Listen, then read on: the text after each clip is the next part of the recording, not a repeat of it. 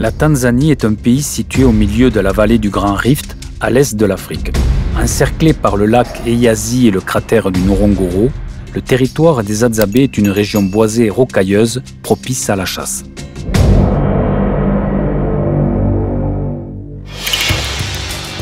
Aujourd'hui, j'ai du mal à reconnaître Mangola, la petite localité qui marque la porte d'entrée du territoire des Hadzabe.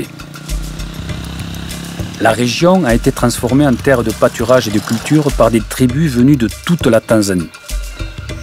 D'après mes informations, le clan de Gudo a établi son camp à l'écart, sur les collines entourant Mangola.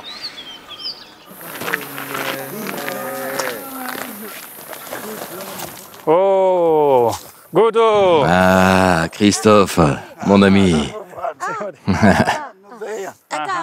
Ah, Chris, tu es revenu nous voir.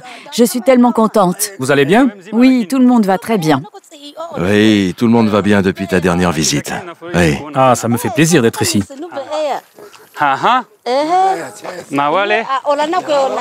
Regarde comme mes enfants ont grandi. Lui, il ressemble vraiment à Anka. Hein? C'est son fils. Tu as vu comme j'ai grandi depuis la dernière fois? C'est incroyable comment tu ressembles à ton père. Toi, tu es Maya. Tu es le fils de Gudo, c'est ça? Tu as vraiment la chevelure de ta mère. Ah oui, tout le monde me le dit. Approchez-vous, j'ai une surprise pour vous. Ah, c'est qui là? Eh, là, c'est moi sur cette photo. Regarde comme tu étais costaud. Tu étais le plus fort des chasseurs de la région. Et là, c'est qui là? Doucho.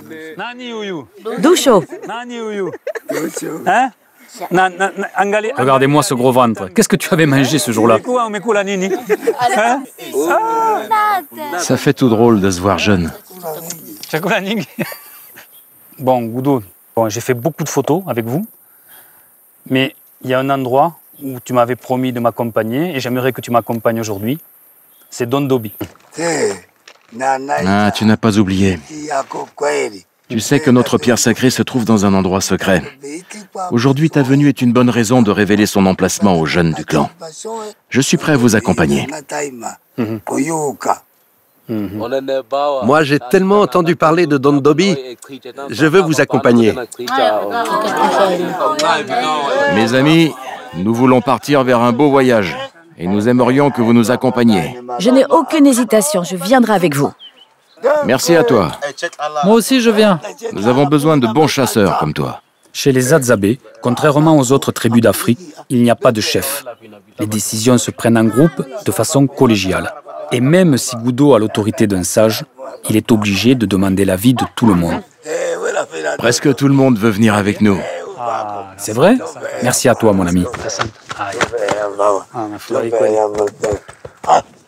Les jeunes chasseurs vont nous accompagner. Nous aurons de quoi manger. Nomades depuis toujours, les Hadzabe sont étrangers à l'idée de maison ou de village. Ils construisent leur campement pour quelques nuits ou plusieurs semaines et les quittent sans état d'âme. Pour rejoindre la pierre sacrée des Hadzabe, il faut plusieurs jours de marche.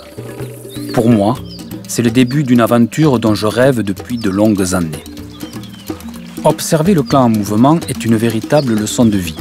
Ils ne s'encombrent de rien qui ne soit essentiel à leur survie.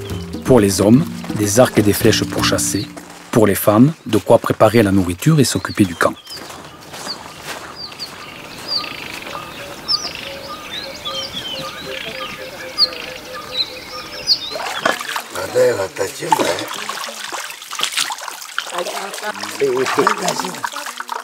On peut la boire, c'est tout?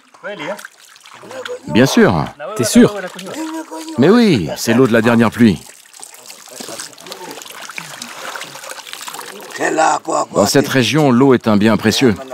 Et c'est rare de voir la rivière couler ainsi. Alors tout le monde en profite, nous comme les animaux. L'eau attire le gibier, c'est un bon présage pour notre voyage. Et si l'eau ne coule pas, c'est pas un problème. Tu vas voir, on va te montrer. Vas-y, montre-lui.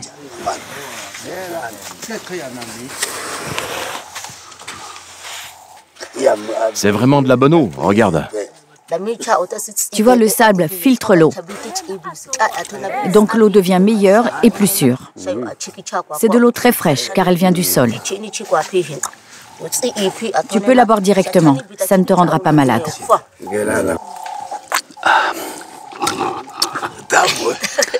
Ça a un petit goût de sable quand même. C'est peut-être bon, mais...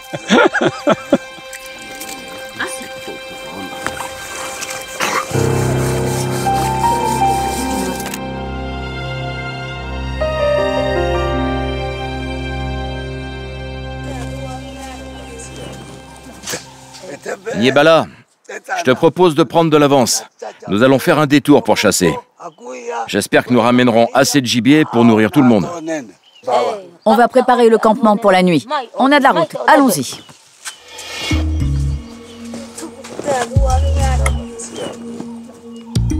Avec Goudo et les hommes du clan, nous pénétrons sur le terrain de chasse des Adzabés. Un territoire qui abrite de nombreuses espèces d'oiseaux et de mammifères. Chasseurs opportunistes par excellence, les Adzabés sont toujours en alerte et avancent avec une facilité déconcertante.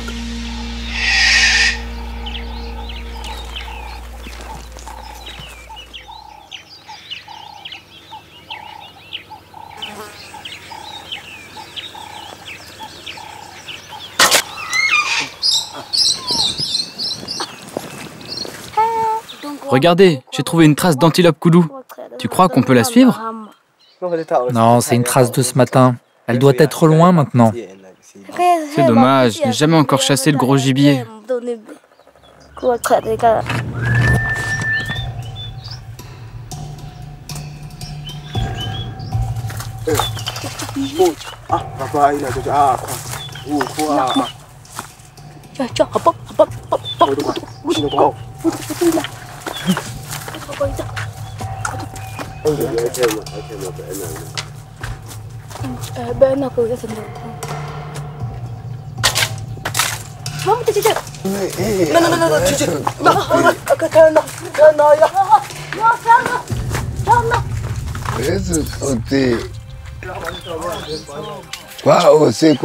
Doucement, doucement. Prends ton temps, mon fils.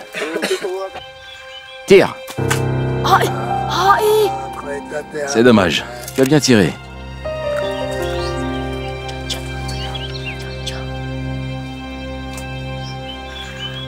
Bien que ce soit très difficile de les suivre en brousse, venir chasser avec les Adzabés, pour moi, c'est indispensable. Quand je viens en territoire Adzabé, je ne peux pas partir sans avoir participé à une chasse. Et ce qui m'intéresse à ce moment-là, c'est le moment où ils vont tirer, toute l'attention du chasseur. Donc qu'il ait la proie ou qu'il l'ait pas, c'est pas très grave. Moi, j'ai toujours la photo en tout cas.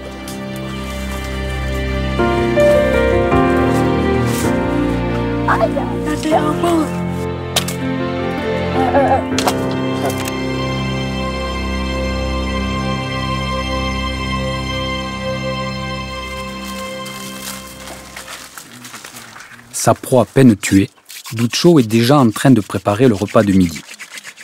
Même si je l'ai déjà vu des dizaines de fois, le spectacle des Adzabés allumant du feu, frottant le bois dur de leurs flèches sur un bois tendre, est à chaque fois un émerveillement.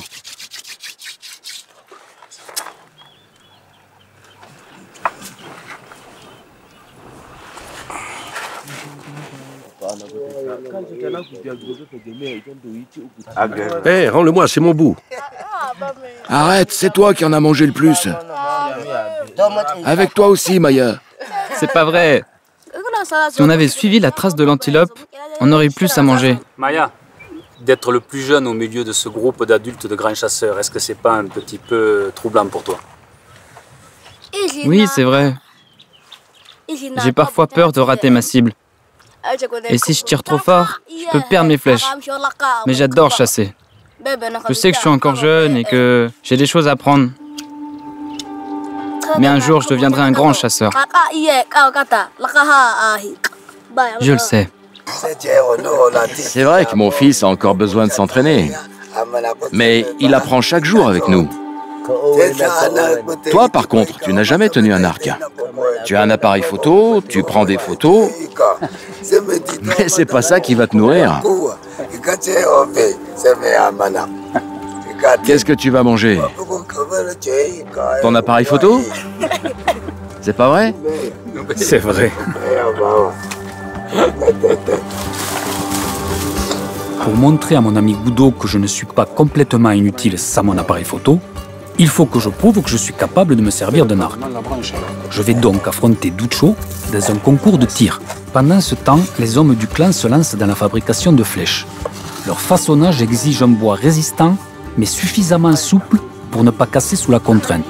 Soigneusement taillées, elles sont ensuite redressées pour assurer une trajectoire parfaite. Mais encore, faut-il savoir viser droit. Pour multiplier mes chances de succès, j'ai choisi une cible de taille. 10 mètres. C'est bon? Parfait. Tiens, c'est ta flèche. C'est la même, hein? Tu triches pas. Attends, voyons, je regarde parce que, attends, tu es malin, hein? Tu es malin. Choisis celle que tu veux, ça va pas changer grand-chose. Non, moi je prends celle-là, toi celle-là. Très bien, je te battrai avec l'autre. Si tu crois que tu as une chance face à un archer Adzabé, Ouais. Fais le malin, on va voir ça. je te montre comment on fait. Tu as vraiment choisi une cible facile. En plein dans le mille. Maintenant, à toi. C'est le moment de nous montrer que tu sais faire autre chose que des photos. Fais comment alors? Tu coinces la flèche avec tes doigts et tu tiens fermement l'arc. Plus fort, lâche la flèche. C'est dommage, tu as presque réussi. J'ai touché l'arbre quand même. Va récupérer ta flèche. Mais t'as gagné. C'est pas mal. Pas la peine, je suis battu à plate couture. Hein. J'avais de l'espoir pour toi. Mais je crois que tu vas pouvoir continuer à prendre des photos. On est amis quand même,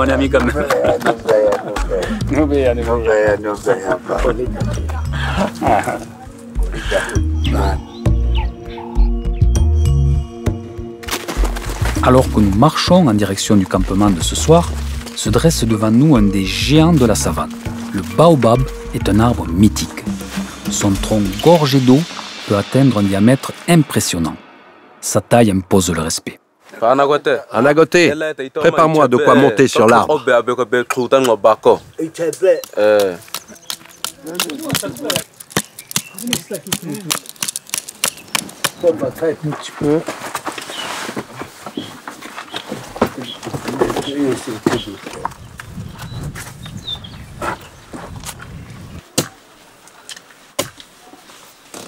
En fait, dans le baobab, il y a déjà des trous, parce que les Adzabés, depuis toujours, ils utilisent des petits piquets de bois qu'ils plantent dans le baobab pour grimper.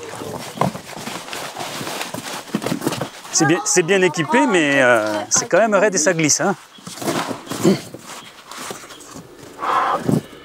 Si Ducho et Maya s'aventurent à plusieurs dizaines de mètres du sol, ce n'est pas pour le point de vue. C'est que l'arbre cache dans ses branches un secret.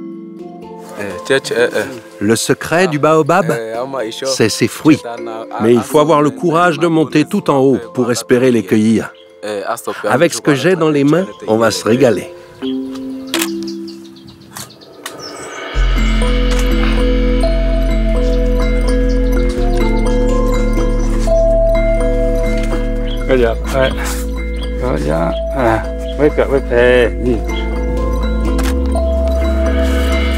Je profite de ce décor hors du commun pour faire une séance de photos en action de nos jeunes grimpeurs.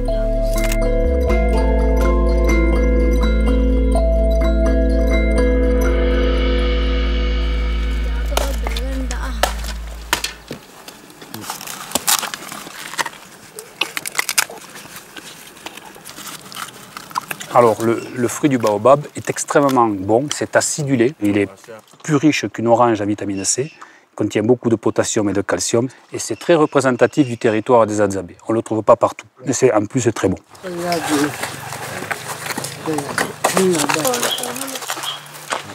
On va ramener ça au camp.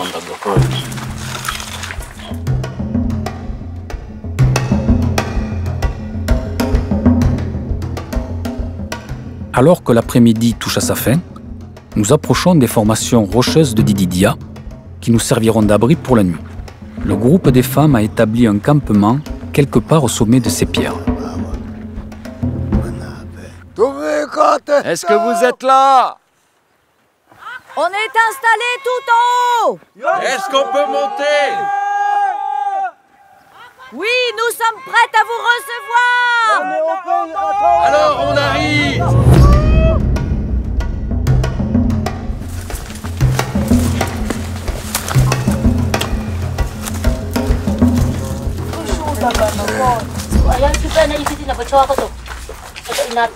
Ah, voilà nos beautés.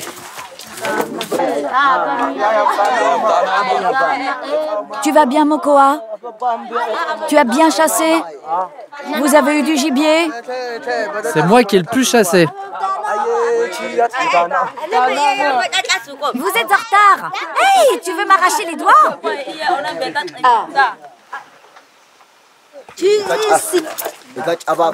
Oh, c'est trop bien ici. Ça a changé ici, non? Oui. Ça a poussé de partout ici. Si Dididia est un lieu que je connais très bien, Maya et les plus jeunes n'y avaient encore jamais mis les pieds.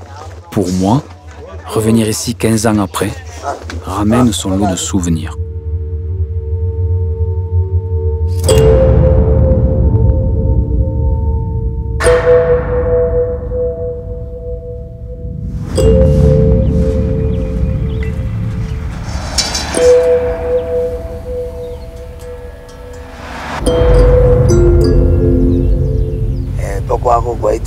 On a vécu de très belles histoires sur ce territoire, tous les deux.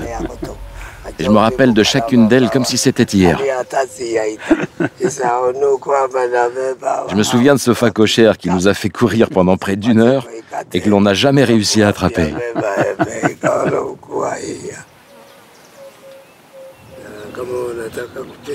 Demain, nous irons là où tu n'es jamais allé. La pierre sacrée se trouve de l'autre côté de ces montagnes, dans une vallée complètement inhabitée.